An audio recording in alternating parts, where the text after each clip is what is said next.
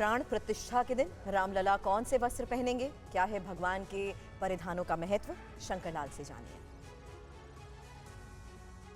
प्राण प्रतिष्ठा अगर किसी और दिन होता है या प्राण प्रतिष्ठा के दिन किस रंग का वस्त्र तैयार अमूमन किया जाता है? जैसे अन्य मंदिरों में तो जो होता हो तो होता ही है, लेकिन प्राण प्रतिष्ठा के समय या कोई भी शुभ कार्य हो, जैसे अभी राम विवाह हुआ है, राम विवाह के अवसर पर हमारे ठाकुर जी पीला ही वस्त्र धारण करते हैं, और अब स्थापना होगा तो स्थापना में तो हमारे पीला वस्त्र ही धारण होगा।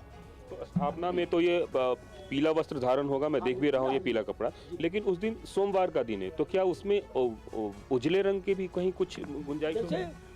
जैसे देखिए, अभी जब भूमि पूजन हुआ था तो दिन के हिसाब से हरा था, तो दिन के हिसाब से हरा तो बना ही, बाद में भगवा रंग का भी एक तैयार हुआ था।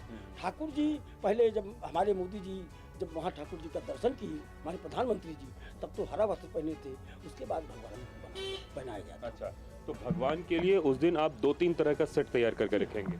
उस दिन हमारा सबसे पहले तो पीला तैयार, वहाँ संस्था के हिसाब से अगर संस्था हमें देती है कि पीला तैयार किया जाए तो पीला तो तैयार होगा ही। वहाँ के धर्माचार्य क्या कह रहे हैं ये तो उनका भी मत देखा जाएगा।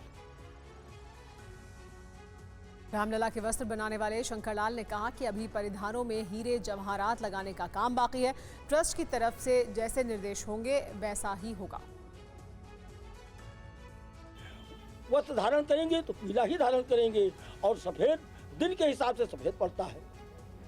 भगवान जो है पूरी दुनिया के लिए एक मर्यादा पुरुषोत्तम है, उनका वस्त्र तैयार करना और आम लोगों का वस्त्र तैयार करना कितना फर्क है आपके लिए? जैसे आम लोगों का वस्त्र हम तो तैयार नहीं करते हैं, हमारे यहाँ तो या ठाकुर जी का वस्त्र बनता है या साधु का चौबंदी, हम दो ही, यानी अपने खुद के जो हम लोग पहनते हैं, हमारे बाल बच्चे पहनते हैं, वो हम खुद का दूसरे टेलर से बनवाते हैं। हम बनाना ही नहीं जानते हैं, हम केवल ठाकुर जी में ही थे और ठाकुर जी में ही है और ठाकुर जी में ही रख के चले जाएंगे।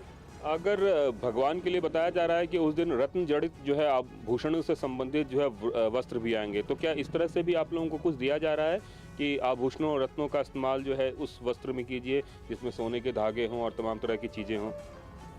जैसे प्रधानमंत्री जब आए थे, नवरत्न उसमें चला गया था हरे पोशाक में, और अब पीला धारण हमारे ठाकुर जी करेंगे। तो अगर संस्था के तरफ से हमको हीरा पन्ना पोखरा जो भी मिलेगा हम उसमें सजाएंगे, और जितना हमारे गुण है, जितनी भी हमारे पास गुण है, तो सारा गुण हम ठाकुर जी के पोशाक में अर्पित कर देंगे। मतलब संस्था अगर आपको आभूषण देती है तो उन आभूषणों को आप वस्त्र में भी समायोजित कर देंगे? जी हाँ, अगर हमें देती है संस्था तो हम उस आभूषण भी हम ठाकुर जी के वस्त्र में सजाएंगे, संवारेंगे।